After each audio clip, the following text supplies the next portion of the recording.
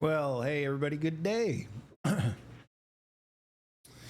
um, I was out hiking just now with my dog, and I was thinking it's been a while since I've done a public journal, and what's on my mind right now is a lot of neuroscience and sort of good abstractions for understanding subconscious mind.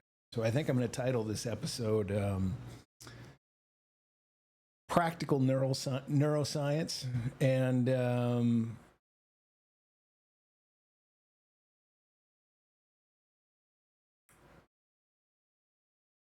Understanding of Subconscious Mind, something like that. Um, when you listen to academics and you read about how the mind works, I'd highly recommend this guy called Ian McGilchrist. He did a whole 30-part series sort of exploring the interplay between conscious and subconscious mind. And I consumed a great deal of that, and I found it wildly helpful for contextualizing. Most of what I find in Machine Learning Street Talk just had somebody on their podcast, and I watched the first 10 minutes or so of it, talking about the cortex and how people have been classically trained to think about the function of mind. And I think that all of it is really wonderful context, but it does this thing where we're looking at the machine code, we're looking at all of the synapses firing, we're using our instrumentation to try and see what areas of the stuff in your skull, where is lighting up when you do certain tasks or when you're given certain stimulus, all of these things. And that's really helpful for contextualizing it, but it overcomplicates it. It'd be like if you asked me how to do something on this computer here, like how I'm running OBS Studio to create this recording, and if I responded to you with describing how the packets are flowing in TCP/IP to retrieve the code that runs this application, instead of just saying, oh yeah, just go to this website and download it. Or if I said, if I started describing all of the function calls that are being made when I hit the start recording button in this application, rather than just saying, okay, open it up, configure it for your mic, here's some instructions on how to do that, hit start recording, and pizzow. You've got a YouTube video in the making. So there's this sort of high level, useful. So I talk a lot about how computer science is so useful for thinking about how your mind works and neural networks and spirituality. A lot of people look at me really funny when I make that comment. What the hell is he talking about? We're not computers, we're magical beings, mystical, and we'll never understand the inner workings of our minds and our hearts and all that. Baloney. I call bullshit. I think it's all very reverse engineerable if you can develop an awareness of your awareness. And this means sort of cultivating this ability to, in any given moment, to watch how you're thinking. And it's very useful to build scaffoldings for the different components of mind and heart. And I always say heart because thing called the CTFS or something like that. It's the mini brain, and there's a whole bundle of shit ton of neurons that are in your heart, and they regulate the timing of all these events that are happening in your body, and a lot of your high level processing, which is your emotion and all that, is your heart. So I don't think of it like a dumb blood pump that's moving the oxygen delivery system through my circulatory system. I mean, it does that, but also it's integrated into the neural network that is, I start to think of brain more like GPU, like the graphics processing unit. It's literally the graphics processing unit. It's where all the parallel processing is happening. And I think it's where like memory engrams are stored. So it's kind of like, but in a performant way. So it's like the RAM, the GPU. And I'm not convinced it's the hard drive. I just think when I listen to all of our greatest minds talk about it, it seems like they're making a lot of, they're doing a lot of speculation based on hooking sensory gear up or measuring like protein levels and peptides and all these things that are down in the machine code. And so let me elaborate on, okay, first let's define subconscious mind.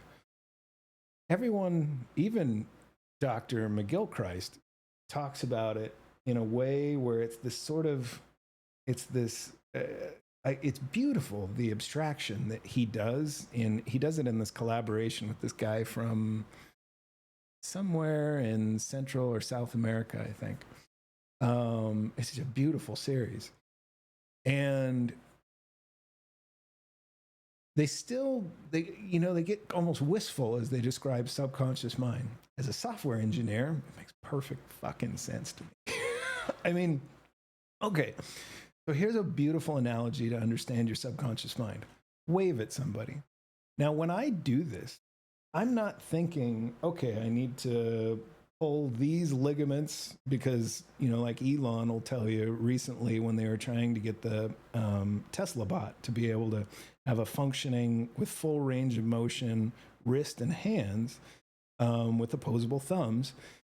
All of the action is actually down here. It's in these muscles are moving this. So they moved in the latest revision of the Optimus robot, they moved all the actuators from the fingers actually down here into the forearm. Now I don't have to when I think, oh, there's somebody coming at me on my walk that I know, good morning. I don't have to think about all of these things that are happening to enable my hand to raise up and wave back sideways and make my form my face into a smile. It all just happens subconsciously. Now, from an engineering perspective, this means I got a bunch of well-defined libraries and APIs call these functions. And this means I don't have to like if you want to go do something on the internet, you don't have to understand TCP/IP. All of the complexity of that is abstracted away. And when you pop open your phone and watch a TikTok video or scroll Twitter, you don't have to think about how those inserts are being made into the database. You're interacting with a user interface that's calling a well-defined API that has all of those function calls well-defined in code in a performant way that allows you to just say, I want to respond to this message. I want to type in this text box what I want to say and hit submit. And it all happens automatically in a performant way that allows millions of users to simultaneously use it.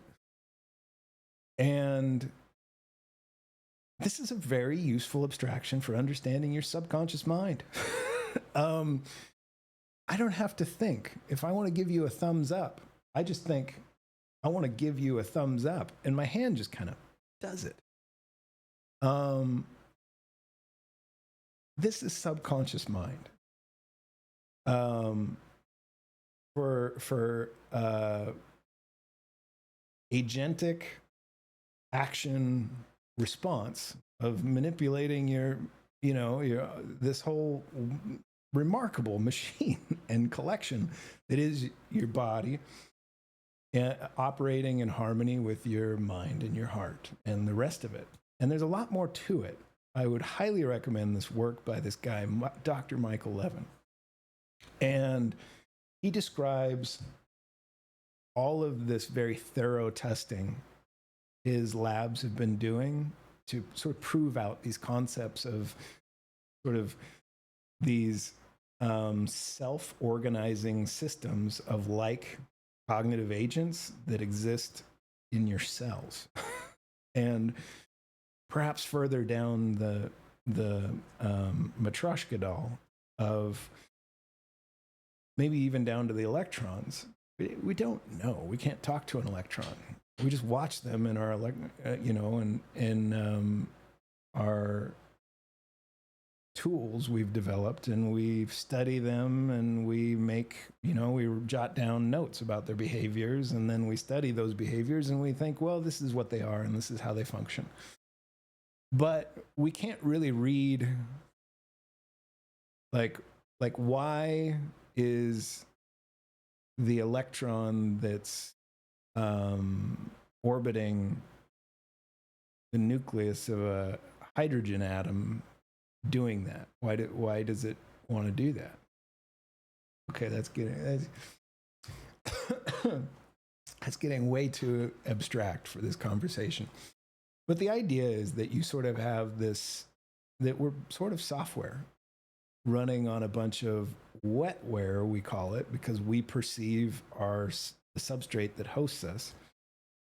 And I'd include all of the everything, not just the tissues, but also the tissues are nothing without the blood that's pumping through and delivering all of the nutrients and the oxygen, and all of this is a complex system that is being orchestrated by lower level processes that we're not really aware of, because we're calling them, like I described with the hand analogy.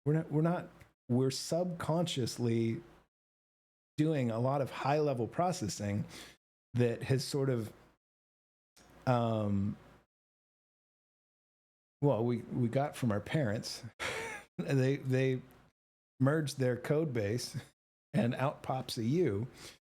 And then we're shaped by all of the stimulus we get from our childhood experience all the way up. And that sort of forges us into a unique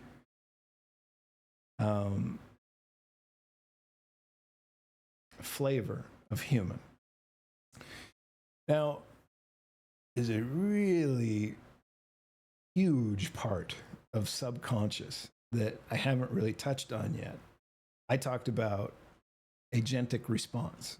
That's where I decide at the high level, like at the top of the Curtis Cobb light cone, the one that decides whether to wave at somebody or not, and starts firing off all those function calls to lift my hand up and do it. There's something that happens before that. Like, where did the decision to wave at somebody come from? Sometimes I pass people on my walk that, I do this walk every day, 4 miles alongside a canal, and you get to know certain faces that you pass all the time. And there's some people who are very friendly, and they're like, "Hey, good morning, how you doing?" And then there's other people who just want to be left alone. and they don't make eye contact, and they got their headphones on, and they just, now somewhere I have stored off kind of a memory with a bunch of metadata associated to each of these characters. And when my ocular sensors pick up not just their appearance, but I've patterned kind of how they walk from a long ways away. Oh, that's so-and-so. I know it, or I know they wear a certain kind of hat. Now, as they come closer, the decision to wave or not wave, I don't ever want to make, I don't want to wave at somebody who intentionally sort of looks ahead and doesn't wave back every time.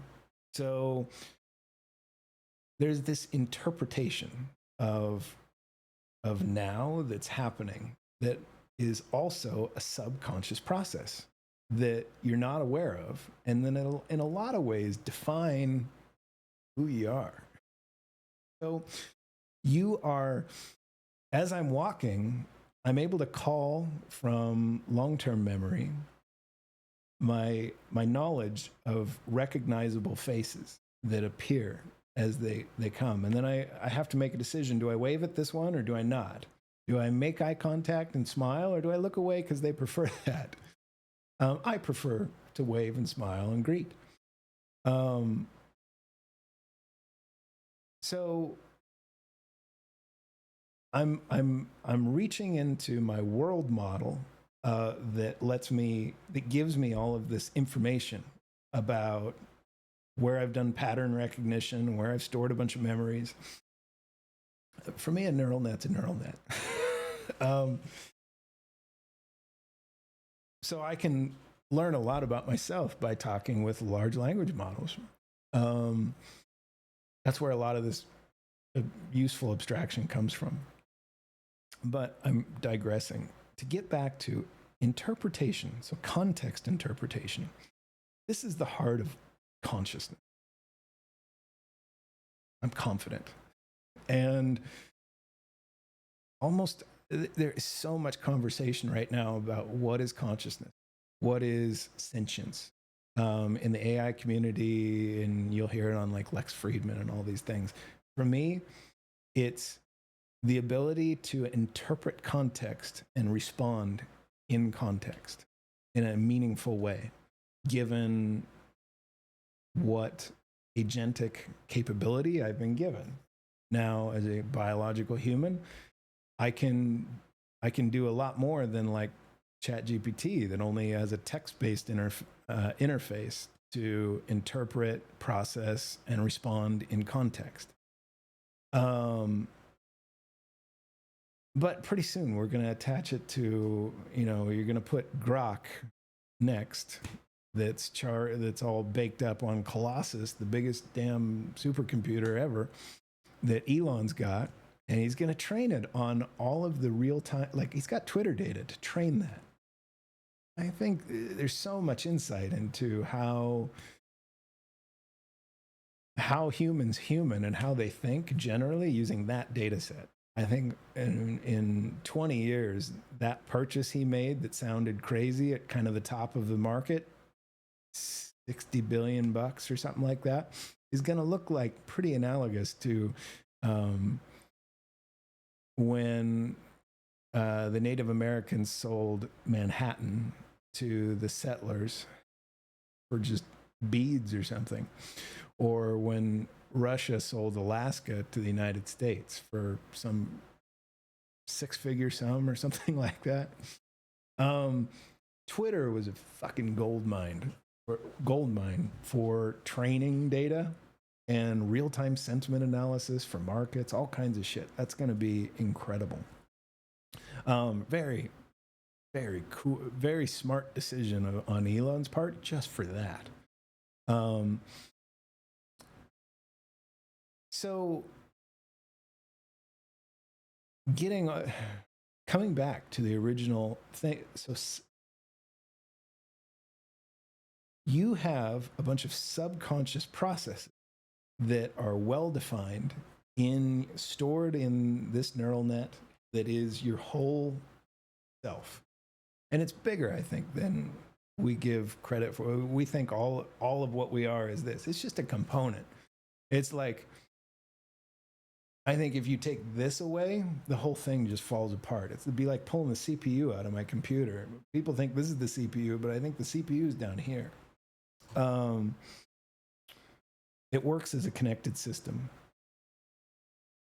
So, subconscious mind is,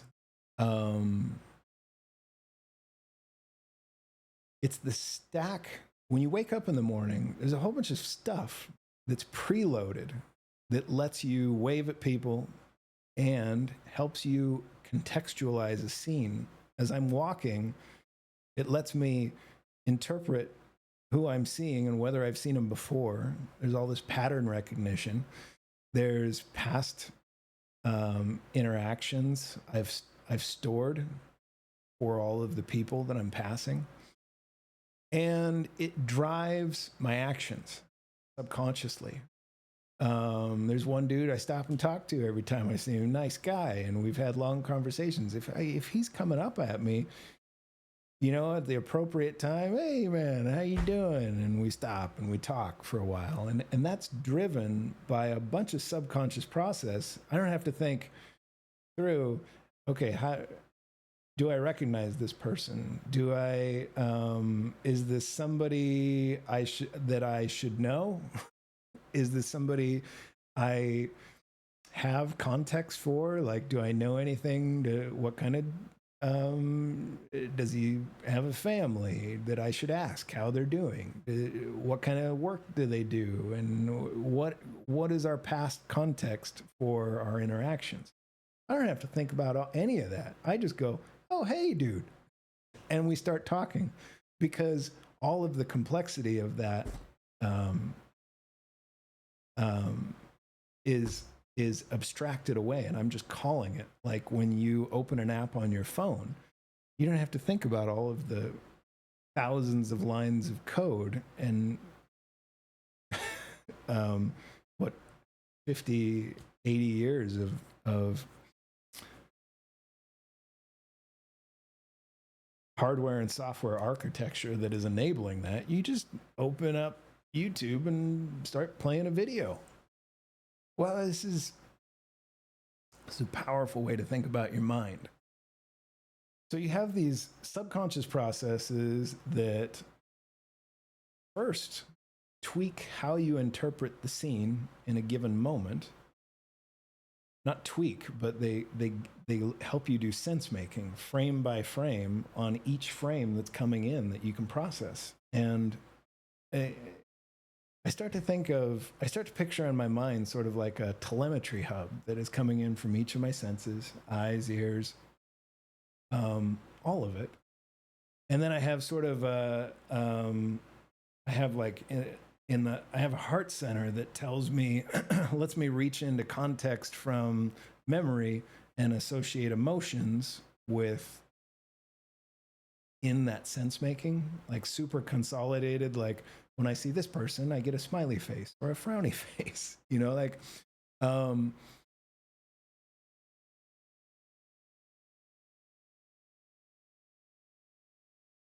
this is such a big thought. It's hard to, but I really want to keep this like for dummy style. I'm trying to give practical, just easy to follow understanding of subconscious mind, which is something that I think for the last thousands of years has kind of evaded us. But anyways,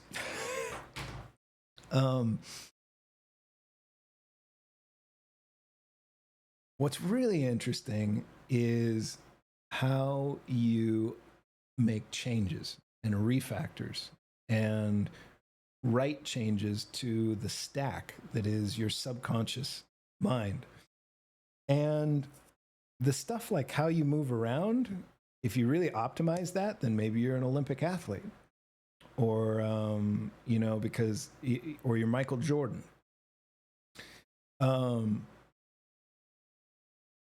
But also, I would say that the Olympic athlete or Michael Jordan are also sort of optimizing how they interpret scene real time in a very performant way. I mean, if you watch NBA basketball,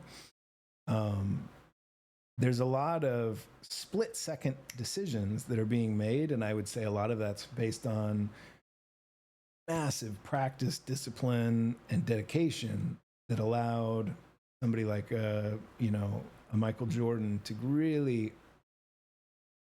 create performant interpretations of the game landscape and super optimized agentic response for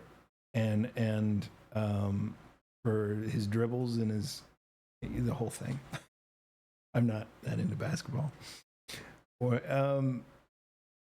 so how And when you start looking at that, like if you look at how a Michael Jordan, you see this this work ethic and discipline around just first belief in self that he could reach that sort of mastery, and then a dedication around the honing his craft through practicing more than everybody else, working harder than everybody else. And I think without realizing it, what he was doing is when he would go to bed at night, that's the magic. When you go to bed at night, you take the day's experience from your short-term memory and it gets sort of integrated into your long-term memory, and you can write changes to the stack based on intent. Like if you really, like if you go to sleep and you want to be able to interpret a situation, like you want to show up at a party and you don't want to be anxious or have anxiety. If you start focusing on, I want to be playful. When there's a bunch of people around, I want to be playful. Now, if you really hold that in your mind and set an intention,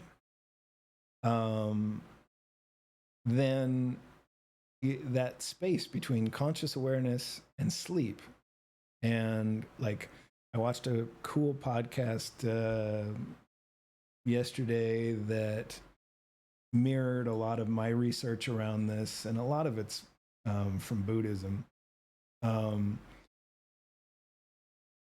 Let's see, that was on what you should do between the hours of 3 to 5 a.m. if you wake up. It's this guy, Joe Dispenza. He has like a 30-minute talk on what you should do if you wake up between 3 and 5 a.m. And it's basically, you know, he describes that your brain is in a theta wave state, so it's highly suggestible. And it turns out like the APIs of human is suggestion. And so when we, through our telemetry hub, are given stimulus or an idea, or like a prompt, if you want to think of yourself like an LLM for a second, all of your subconscious fine-tuning that's happened as a result of your whole life's experience so far is going to allow you to interpret that. And if I make a suggestion to you, like the world is really flat, it's not round, you're going to take that suggestion and you're going to go, well, I reject that because I've seen all this evidence, all of my education tells me that flat earthers are wrong about it. And so you're going to respond. It's pretty rare to be thinking of the world as not an orb these days. I think if you think about it holographically, and I did there's a fun older episode, Public Journal of this show podcast, where I talk about that. I think you can actually describe it if you interpret reality as holographically in strictly 2 dimensions. But again, that's a damn distraction. How do you change how you interpret the scene? How do you show up at the party and be who you want to be naturally? The trick is you don't want to think about it. You don't ever want to be... most people who are anxious or have like social anxiety disorder, sad. It is sad. When they show up, they're thinking about it. They're trying to move all the ligaments of their arm and wave their hand and paint the smile on their face. And then they're overanalyzing all of the people around them. And what do they mean by that? And well, they're asking me what I do for a job. I better make myself sound important so that they like me and respect me. Now, if you have an awareness of that and you can sort of condition yourself to when you show up, to take yourself back to the playground when, like, it's recess in 3rd grade. Oh, there's a whole bunch of other people. Let's play soccer. let's go on the swings. Let's do. If you can condition your mind to have a sort of intuitive, like, unconscious response to showing up at the party and just wanting to play with all the other kids. I mean, adults are just kids with more experience, and the fun sort of baked out of them as a result.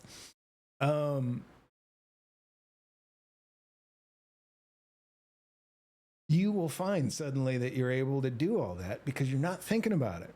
You're just calling a feature instead of thinking through all of the technicals. And then when you're slow to respond and you're not just in the moment with the people around you, you're just kind of instinctually fun and wanting to have fun with everybody else and kind of liking everybody. And not like the last thing I want to ever ask anybody these days is, what do you do for a living? I want to know what game do we want to play? That's way more fun. And it's like, how do you bake that in? How do you make that what you do or what you think instinctually as your sort of interpretation as you arrive? Well, you can, if you get really good at understanding yourself, like through a lens of computer science, and if you go study a lot of techniques for self-suggestion, meditation, I really like an interval process with THC that's really healthy, like 2 weeks on, 2 weeks off, 1 week on, 2 weeks off, 2 weeks on, something like that, where you're sort of alternating your cognitive and I think that's how I develop my awareness of my awareness and my ability to sort of watch myself think and study it.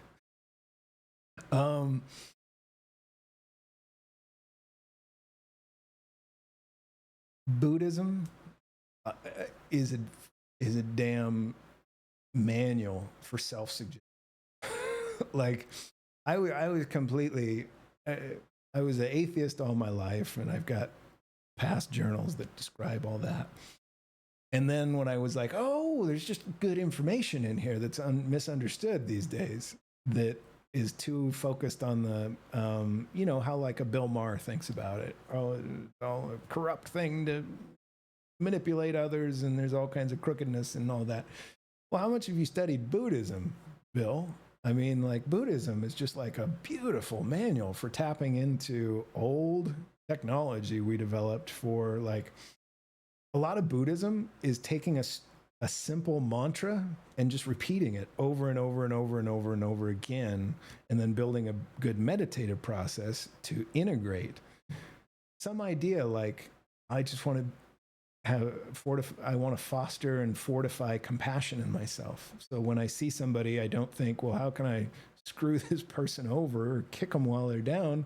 How do I just love them and be happy for whatever interaction I get to have with them? Well, they took a lot of the complexity out, and then they built all of this self-suggestion technology that's super effective. And when they wake up in the morning, they find they're just sort of naturally more compassionate. And that leads to a much higher quality life, a sustainable happiness and joy and contentment. They never have to wrestle with emotions of guilt because they legitimately don't think badly about anybody around them. And that's a beautiful thing to sort of train your metacognitive, your subconscious higher order processes to sort of default interpret what's happening around you. I find I love it. And I think if you tune like a 432 hertz binaural that gets your brain to a state that's highly suggestible, and you set an intention about how you want to interpret the scene when you show up with a bunch of people, when you used to get anxiety in that situation, and you just want to make it all real easy. Hey, I'm a kid, they're all kids, let's have fun by default. You can wire that in. Me doing this right now, like, I'm not trying to write a book. I'm not trying to get anybody to follow my show. But the very act of saying these words to you in a public forum, all three of you that might watch this, when I go to sleep at night, it's very powerful for integrating the ideas that I just suggested. When I was younger, I used to get, so I would use alcohol to get back to the, hey, I'm a kid on the playground and you're all kids, and I got no inhibitions. But then as I got older, alcohol just didn't agree with me. So now it's like, oh shit, how do I get to fun Curtis that everybody used to have a good time with at a happy hour or a Christmas party, now that I just think about shit all the time and I don't have alcohol to get me there? Well, I can do this by just saying that. Next time I show up, I don't even have to think about it. I'm going to be a kid at the playground. And a lot of it is because I just simply tried to share how I think about this.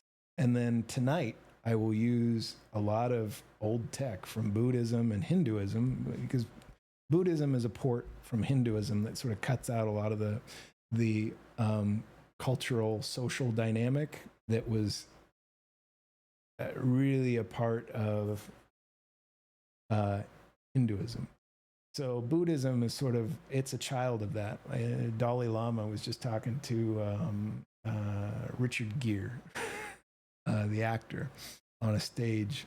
And that was like a point he wanted to make really clear right in the beginning. I thought was interesting. But Alan Watts talks about that a lot too. There's a whole bunch of content you can get around that. But once you can start to see spirituality as like letting you build the context you need for an awareness of how your mind and your heart work, and then when you realize there's a whole bunch of technology, and especially the Eastern religions, that help you make changes to like the kernel space of your mind and add features and optimize shit so that things work better. It's just so fucking cool. And it's a reason to really kind of, you realize when you start to see what all this stuff is and what really how it works, that old information is to be revered and respected, and most of the negative is just improper interpretation and just kind of human nature run amok. The sort of monkey mind, human nature, and people that haven't figured out ways to fortify and nurture compassion in themselves to sort of get a hold on others for ego. And the most enlightened being still has an ego. An ego is just, for me, a self-model. I need to be able to understand that I can't make the other guy that I'm passing his hand wave because he's defined as an outside self. Like I have no agency to interact with his stuff. Whereas my ego can make this meat puppet move around. So, but when I was younger, I might have been concerned about, sort of impressing others around me, or, getting the attention of a pretty girl by making myself look more, smarter or funnier or better at some sport or something like that. And I would be I wouldn't be compassionate. I would look at other humans as like competition. And this is perfectly normal, and it's all over in the wild. I start to just look at the wild as being sort of, well, it's a place where we haven't really thought things through and developed compassion. for each other and collaboration towards shared goals. But if you took humans out of it, I'm sure it would emerge in some other flavor. So I've covered a lot. And I think it's going to be hugely useful for when I wake up in the morning tomorrow. I think if I walk in the next time I'm in a social situation, because I said these words and I did this crazy practice of mine around journaling right out in the open for everyone, it's going to be more natural. I'm going to meditate on everything. Like, I'm going to just keep it really simple. I'm going to come up with some mudra that makes sense. That's other old tech. There's bioelectricity moving all through your system. And there's all these gestures that our ancestors developed. They're really the foundational for everything you see around you. There's not a us and the internet and all of our technology without them birthing us. And to just dismiss all of their wonderful, like if you look at Greek and Roman philosophy, and like Stoicism is one I really like. They're so brilliant. Fucking A, these guys were just brilliant. And gals. And now we think they're like, we just don't give them the credit they deserve, in my opinion. But that's super apparent if you go take some time to study that stuff.